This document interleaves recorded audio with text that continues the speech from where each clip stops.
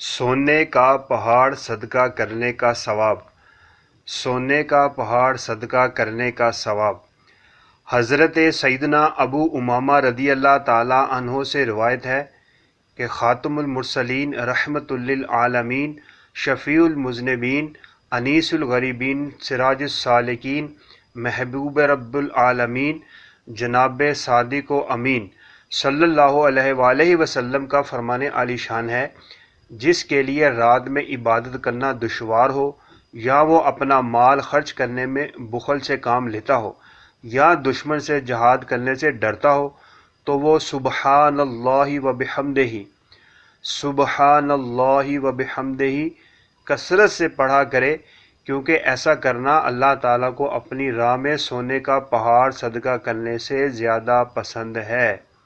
سبحان اللہ سبحان اللہ سبحان اللہ۔ جنت میں کھجور کا درخت۔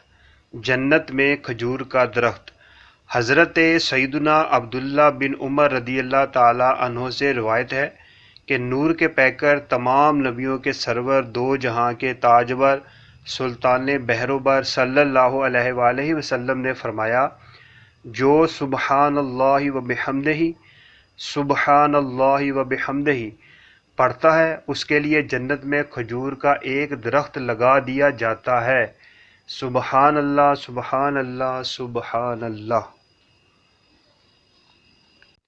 اللہ تعالیٰ کی بارگاہ میں دعا ہے، اللہ تبارک و تعالیٰ ہمیں کثرت کے ساتھ اپنی عبادت کرنے کی توفیق عطا فرمائے، اچھے عمل کرنے کی، نیکیاں کرنے کی، نیکیوں کی دعوت دینے کی، گناہوں سے بچنے کی اور دوسروں کو بچانے کی توفیق عطا فرمائے۔